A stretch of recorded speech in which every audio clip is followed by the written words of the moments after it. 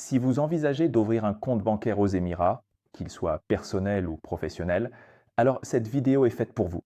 Je m'appelle Sergueï, je suis directeur de la société Dynasty Business Advisor.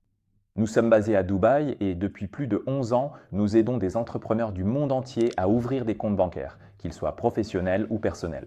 Nous proposons également des services de comptabilité aux Émirats arabes unis. Au fil du temps, nous avons traité des centaines de cas, certains couronnés de succès, d'autres moins. C'est pourquoi aujourd'hui, je vais vous expliquer honnêtement comment ouvrir un compte bancaire et comment les choses se passent réellement ici. Pourquoi les banques refusent-elles l'ouverture de comptes bancaires? Quel établissement choisir et que faire si votre compte est bloqué? Commençons par la question la plus fréquente que l'on me pose. Est-il possible d'ouvrir un compte à Dubaï sans visa de résident? Au sens large, oui, il est possible d'ouvrir un compte bancaire, mais en pratique, c'est très peu probable. Parce que tout le système bancaire mondial, y compris celui des Émirats, exige aujourd'hui une chose: prouve ton lien avec le pays. Pourquoi veux-tu ouvrir ce compte bancaire? Aujourd'hui, il ne suffit plus de venir avec son passeport et de dire ouvrez-moi un compte bancaire. Cela ne fonctionne ni aux Émirats, ni dans la plupart des pays développés. Il faut présenter un bien, une entreprise, un visa ou autre chose. Si vous possédez un bien immobilier aux Émirats, si vous l'avez déjà acheté d'une manière ou d'une autre, cela peut effectivement servir de base pour ouvrir un compte bancaire personnel. Mais là encore, la banque vous demandera d'où provient cet argent.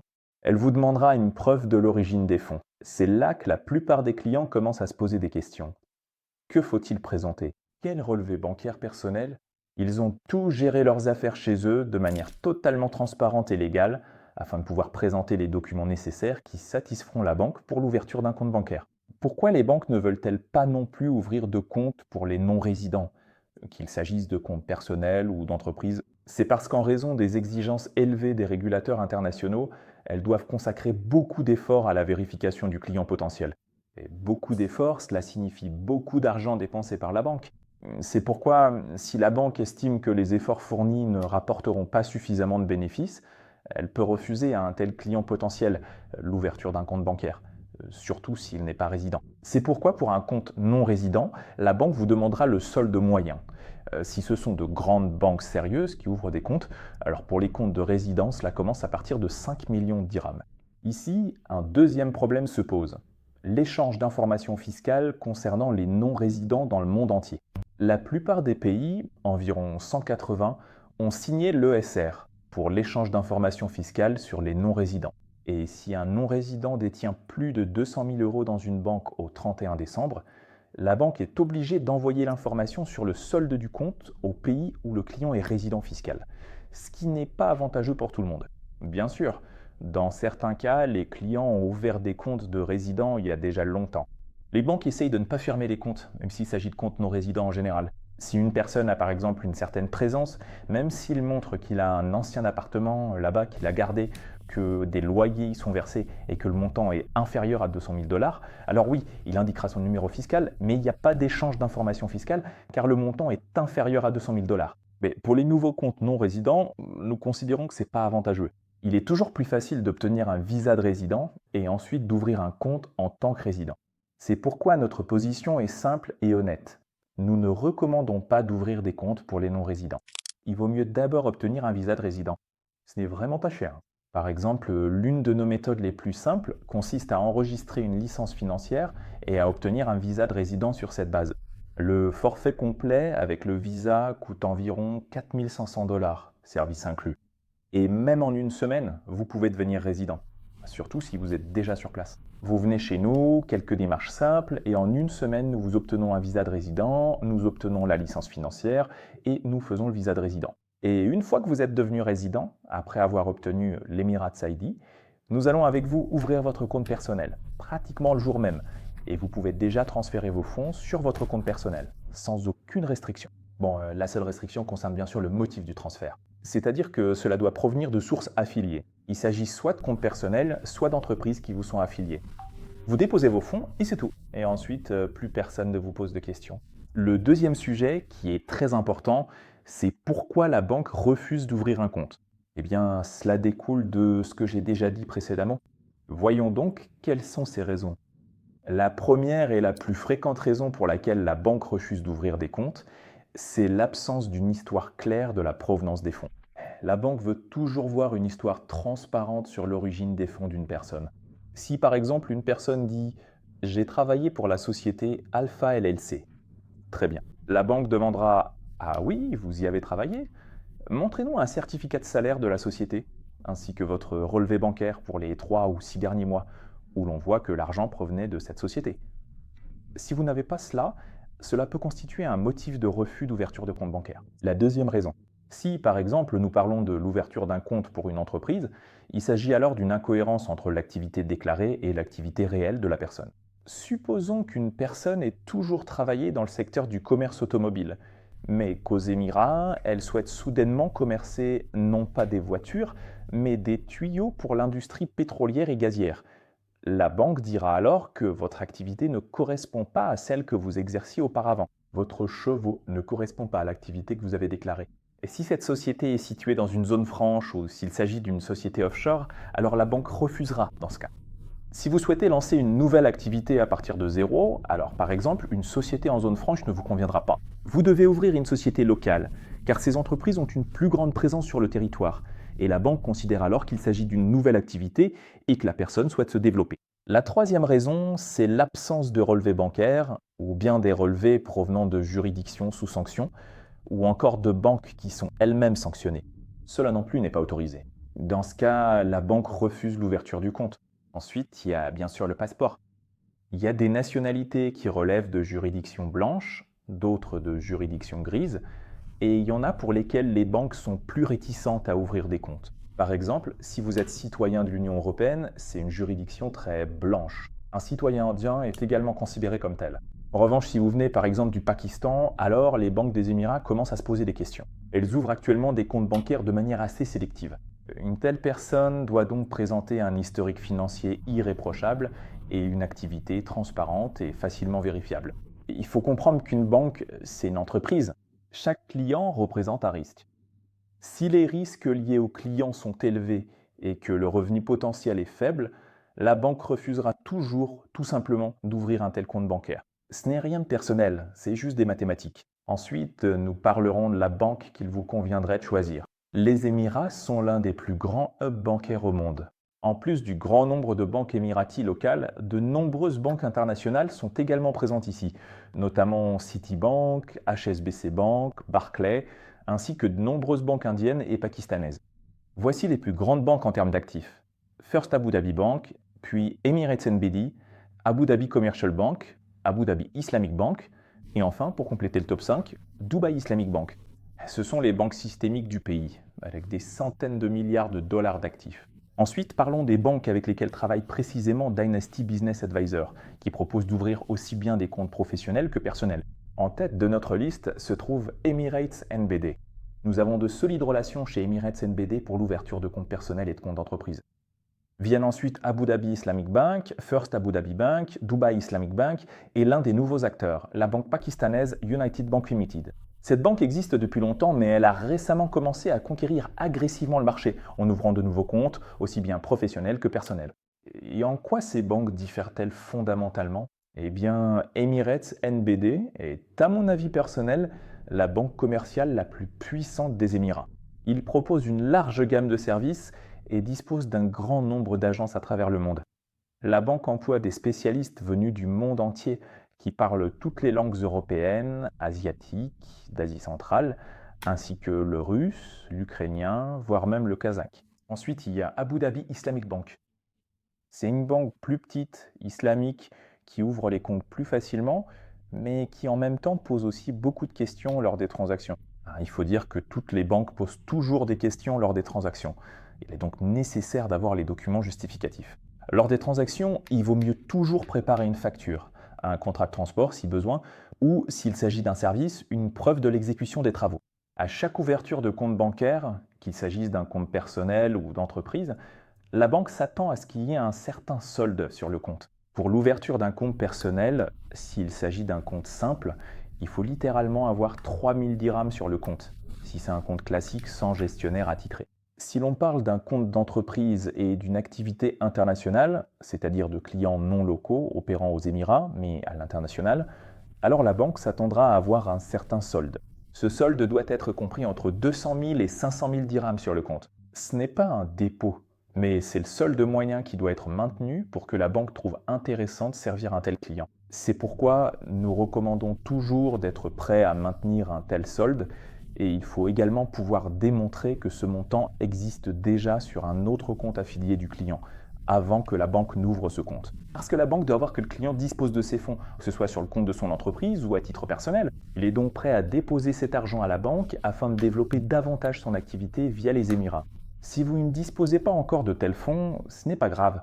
Vous pouvez envisager une immatriculation moins risquée, par exemple une société de type mainland. Là-bas, il y a bien sûr plus de questions concernant la fiscalité et la gestion de l'entreprise y est moins risquée. Il s'agit d'une orientation vers les entreprises locales ou des juridictions comme l'Europe, l'Asie, par exemple Singapour, la Malaisie, Taïwan, l'Inde. Dans ce cas, la banque engage moins de frais pour la gestion d'un tel client et il y a moins de questions qui se posent. On peut ouvrir un compte tout simple, n'est-ce pas? Et parfois même sans solde minimum pour la première année. La banque vous prélèvera simplement 200 dirhams pour la gestion du compte. Et c'est tout. Ensuite, on continue. Quatrième question. Lors de l'ouverture de compte pour une société, est-il plus facile d'ouvrir un compte pour une société en free zone ou pour une société locale? Ce qu'on appelle le mainland, c'est-à-dire une licence fédérale. Cette question revient très souvent et la réponse n'est pas aussi simple qu'il n'y paraît. De manière générale, il est plus facile d'ouvrir un compte pour une société locale, car on suppose qu'une société locale opère sur le marché local, que la personne aura des clients locaux, des fournisseurs locaux, ou éventuellement des fournisseurs étrangers, mais des clients locaux. Et alors, le client travaille en monnaie locale, et la banque doit moins surveiller les opérations en monnaie locale, car il y a moins de contrôle de la part des observateurs internationaux. Et il opère sur le territoire des Émirats, donc il paiera plus d'impôts ici. Mais cela ne veut pas dire que l'ouverture d'un compte pour une société en zone franche est une fatalité. Ici, il faut bien sûr regarder dans quelle zone franche vous ouvrez votre société. Par exemple, si vous ouvrez dans de grandes zones franches réputées comme la DMCC, la Dubai Airport Free Zone ou encore la Meydan Free Zone, ce sont des zones franches à forte réputation qui vérifient leurs clients. Dans ce cas, la banque a moins besoin de vérifier le client et l'ouverture d'un compte bancaire est plus facile. Ensuite, il y a une autre subtilité que beaucoup ne comprennent pas. Même si vous avez une société en mainland, mais que vous déclarez une activité entièrement offshore, avec uniquement des partenaires étrangers, des acheteurs étrangers, des vendeurs étrangers, la banque vous contrôlera davantage et exigera de vous des soldes plus élevés, ainsi que plus de preuves de votre activité. Et surtout, l'expertise dans ce domaine d'activité est très importante. Il faut toujours rédiger un business plan solide. Vous devez avoir un support bien rédigé. Avoir un site internet pour votre entreprise est également très important. Des relevés bancaires propres sont nécessaires, mais pour cela, vous pouvez toujours faire appel à nous.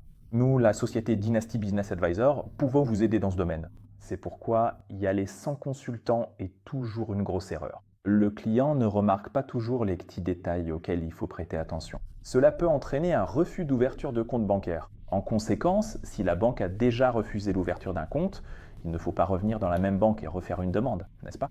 Il faut attendre un certain temps, puis aller dans une autre banque pour déposer une nouvelle demande. Notre société, Dynasty Business Advisor, peut toujours vous préparer à l'entretien bancaire. Préparer vos documents, tout rassembler à l'avance et vous présenter au bon gestionnaire dans la banque. Parce que là aussi, chaque expérience lors de la collaboration avec une banque, ce qu'on appelle l'expérience utilisateur, dépend énormément du gestionnaire précis dans la banque en question. Parce qu'il y a des employés de banque qui seront très responsables, qui vont vraiment collaborer activement et aider le client dans ses démarches avec la banque. Alors que d'autres peuvent bâcler le travail, simplement oublier d'envoyer quelque chose au client, de poser une question, ou encore transmettre les documents au département de conformité de la banque sans même les avoir lus eux-mêmes. Et cela peut entraîner un refus. Ou même, lorsque la personne travaille déjà avec la banque, cela peut mener à la fermeture du compte bancaire, ce qui est très important. Ensuite, la question suivante est: que faire lorsque la banque a gelé votre compte? Il est très important de comprendre que la banque ne gèle pas simplement toutes les transactions. Elle ne refuse pas tout. En général, elle bloque surtout l'accès à la banque en ligne pour les opérations externes. Mais vous pouvez toujours vous rendre en agence et effectuer certaines transactions. Si vous ne pouvez pas le faire, cela signifie que votre compte a été complètement fermé. Le gel d'un compte personnel ou d'une entreprise est toujours lié à une irrégularité dans la relation avec la banque, basée sur le cas YC que vous avez rempli. Soit vous n'avez pas répondu à temps aux questions de la banque concernant vos transactions, soit concernant la mise à jour du KYC, soit la mise à jour de vos documents. Comme je l'ai dit, la principale raison, ce sont des transactions suspectes qui ont attiré l'attention de la banque. La banque vous a envoyé une lettre, mais vous n'y avez pas répondu, ou vous avez répondu avec du retard. Cela conduit, après un certain temps, au gel de la banque en ligne. Et la banque attendra de vous des réponses à toutes ces questions. Et ce n'est que lorsque toutes les questions auront reçu des réponses satisfaisantes que le compte sera débloqué. Mais il est toujours important de ne pas paniquer. Il faut ouvrir sa boîte mail et vérifier si la banque n'a pas écrit. Très souvent, il y a déjà des courriels avec des questions précises ou une demande de documents. Répondez-y et souvent le problème se règle ainsi. Ou bien, si vous avez des difficultés, contactez-nous. Nous vous aiderons toujours à savoir quoi faire. Après avoir envoyé votre courrier, il est toujours préférable d'appeler la banque et de préciser la raison du blocage, afin qu'ils puissent débloquer le compte. En général, nos clients ont un gestionnaire à la banque qui peut appeler. Ou bien, s'ils le demandent, nous pouvons passer l'appel nous-mêmes. Donc, si vous êtes en dehors des Émirats et que vous n'arrivez pas à résoudre le problème à distance, il faudra très probablement venir sur place. Eh bien, la banque se trouve tout de même aux Émirats. Il vous faudra donc venir ici quelque temps, vous rendre personnellement à l'agence, rencontrer un banquier en particulier et régler la question en face à face. Mais il faut toujours garder à l'esprit la pratique de ce genre de gel des comptes. Avant d'effectuer toute transaction, il est bien sûr préférable de consulter votre responsable conformité, si vous en avez un. Si vous n'en avez pas, il vaut toujours mieux vous adresser à nous. Si vous ne savez pas quelle transaction peut entraîner telle ou telle conséquence, il vaut toujours mieux nous consulter. Mais cela n'aide pas toujours, car parfois la banque rencontre des problèmes inattendus. Par exemple, si certains de vos partenaires commerciaux sont sous sanction. Voilà pourquoi la banque commence désormais à bloquer même les transactions sur votre compte.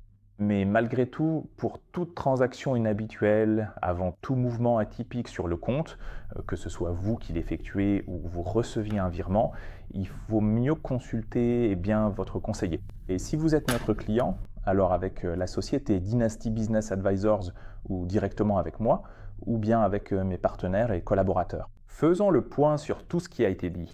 Ouvrir un compte bancaire aux Émirats aujourd'hui, c'est tout à fait possible. Mais cela demande de préparer les bons documents et de comprendre comment fonctionne le système aux Émirats, ainsi que le système international en général, car les Émirats font partie de l'ensemble du système international.